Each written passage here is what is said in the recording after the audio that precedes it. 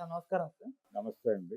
Sir 'Baahubali' cinema re release నిన్న announce చేయడం జరిగింది సార్. సో, అక్టోబర్‌లో రిలీజ్ చేస్తున్నారు. అయితే అందుకు సంబంధించి పార్ట్ 1, పార్ట్ 2 రెండిటిని మిక్స్ చేసేసి 'బాహుబలి ది ఎపిక్' అనే టైటిల్ పెట్టేసి రిలీజ్ చేస్తున్నారు. ఇప్పుడు దాని డ్యూరేషన్ ఎంత అని చూస్తే 5 గంటల 27 నిమిషాలని చెప్తున్నారు. సో, ఆ డ్యూరేషన్ చూసి చాలా మంది షాక్ కూడా అయిపోతున్నారు. సో, మరి ఇంత భారీ సినిమా ఫస్ట్ టైమ్ ఇంత లెంగ్త్‌లో రావడం చూస్తున్నాం. మరి దీని గురించి మీరేం చెప్తారు సార్? అంటే లెంగ్తీ సినిమా అనేది కాన్సెప్ట్ మన గతంలో ఉంది. హ్మ్. 4 గంటల పైన సినిమాలు చూసాం మనం. ఆ చరిత్ర ఉంది మనకి. అంటే ఇప్పుడు 3 గంటల 20 నిమిషాలు, 3:30 గంటల సినిమాలకే కంగారు పడుతున్నారు గానీ, 4 గంటల 20 నిమిషాలు ఉన్నటువంటి 'దానవీర సూరకర్ణ' చూసారు కదా అవును. ప్రజలు. హ్మ్.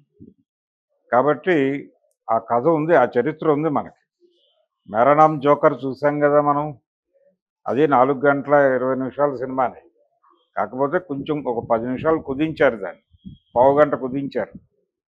ఆ పావుగంట కుదించటంతో ఇప్పటివరకు 77 జనవరి నుంచి ఇప్పటి వరకు అతి పొడవైన సినిమాగా 'దానవీర సూరకర్ణ' పేరుతో ఒక రికార్డు ఉంది.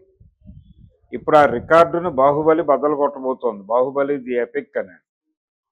అయితే ఒకే సినిమా ఒకేసారి తీసేటప్పుడే 4 గంటల 20 నిమిషాలు కంటెంట్ ఇచ్చాం మేము అనేది వాళ్ళు క్లెయిమ్ చేసుకోవచ్చు. ఆ రికార్డు దీంతో పోల్చదగ్గ రికార్డు కాదు అని ఓకే. రామారావు గారి అభిమానులు మీద పడొచ్చు. కానీ తెర మీద రిలీజ్ అయిన తర్వాత అంటే ప్రేక్షకులు థియేటర్లోకి వెళ్ళాక 4 గంటల 20 నిమిషాలు వాళ్ళు కూర్చోబెట్టగలిగారు ఆ రోజున.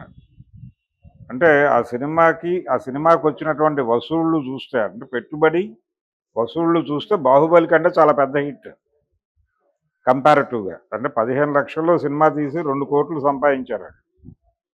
అంటే ఎన్ని రెట్లు దాని మీద పెట్టిన పెట్టుబడికి అంత వసూలు చేసింది ఆ సినిమా అనే దాన్ని బట్టి దాని హిట్ బేరీజ్ వేస్తే అది ఇప్పటి కండిషన్ ప్రకారం చూస్తే 'బాహుబలిని' మించిన వసూళ్ళు వచ్చిన సినిమాగానే చెప్పుకోవాలి. హ్మ్.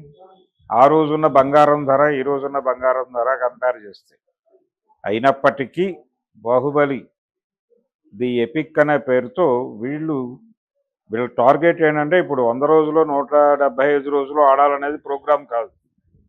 కానీ ఈ కంటెంట్ చూడటానికి ఒక జనాలు తయారవుతారు, ప్రేక్షకులు తయారవుతారు. ఇప్పుడు ఈ ప్రకటన వచ్చిన దగ్గర నుంచి డెఫినెట్గా థియేటర్లోకి వెళ్ళి ఈ ఎక్స్పీరియన్స్ అంటే థియేటర్కల్ ఎక్స్పీరియన్స్ ఇవ్వగలిగితేనే సినిమాలు అంటున్నారు. ఈ థియేటర్కల్ ఎక్స్పీరియన్స్ ఇవ్వాలి అనే ప్రోగ్రామ్ ఆ రోజు రాజమౌళికి లేదు. ఓకే. 'బాహుబలి' తీసే నాటికి ఆయన ముందున్నటువంటి target pan India market, presence across the nation అనేటువంటి పాన్ అనే పదం మనకి 'బాహుబలి' దగ్గర నుంచి అలవాటైంది.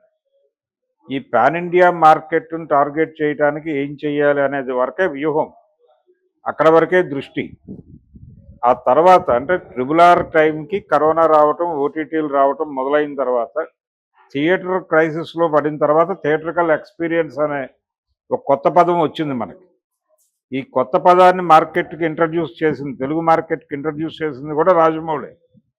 సో ఇది థియేటర్కల్ ఎక్స్పీరియన్స్ ఇస్తాను ఇప్పుడు అంటాడు ఆయన. ఓకే. ఈ 5:30 గంటలు థియేటర్లో కూర్చోబెట్టడం, హ్మ్.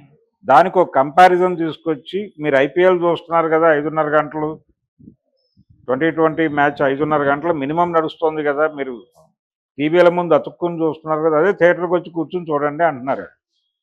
సో ఐపీఎల్తో కంపారిజన్కి వచ్చేసింది సినిమా.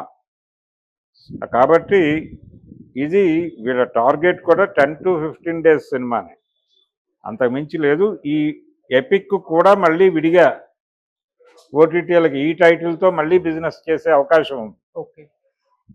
ఇలా హోల్సమ్గా 'బాహుబలి' చూడదలుచుకున్న వాళ్ళు ఇది చూస్తారు. హ్మ్.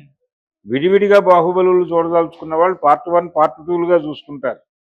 ఇదంతా మళ్ళీ ఈ ప్లాట్ఫామ్ మీదకి వచ్చేస్తుంది. ఈ కంటెంట్ ఆ కంటెంట్లు అన్నీ వస్తాయి. అంటే జాడీల్లో ఊరగాయలు పెడుతున్నాం మనం. అది ఎప్పుడు ఏ మోతాజులో కావాలంటే ఆ మోతాజులో తీసి వడ్డించుకుని తింటమే. కాబట్టి అలాంటి ఒక కొత్త వంటకాన్ని తయారు చేసి మార్కెట్లోకి సరఫరా చేసే పనిలో ఉన్నారు ఇప్పుడు వాళ్ళు. తద్వారా దానికి ఒక మార్కెట్ క్రియేట్ అవుతుంది. అంటే అక్టోబర్ 31 రిలీజ్ అని చెప్తున్నారు. అక్టోబర్ 31 అంటే టైం ఉంది. ఈ టైంలో నెమ్మదిగా అది ఇంకుతుంది ప్రేక్షకుల బుర్రల్లోకి. ఇంకిన తర్వాత అది చూడటం అనేది ఒక అనుభవంగా చాలామంది కదులుతారు. మల్టీప్లెక్స్లు నిండుతాయి. ఒక రోజు 2 రోజులు ఆ హడావిడి నడుస్తుంది అక్కడ. అంటే ఈ మధ్య చాలా రీ రిలీజులకు ఆ హడావిడి చూసాం మనం. అవును. టిక్కెట్లు దొరకక ఇబ్బంది పడ్డ సందర్భాలు కూడా చూసాం. ఏది రీ రిలీజులకి. అటువంటి ఒక ఇన్స్పిరేటివ్ రీ రిలీజ్గా ఈ బాహుబలి ఎపిక్ అనేది నిలబడే అవకాశం అయితే ఉంది. Okay. Thank you so much sir.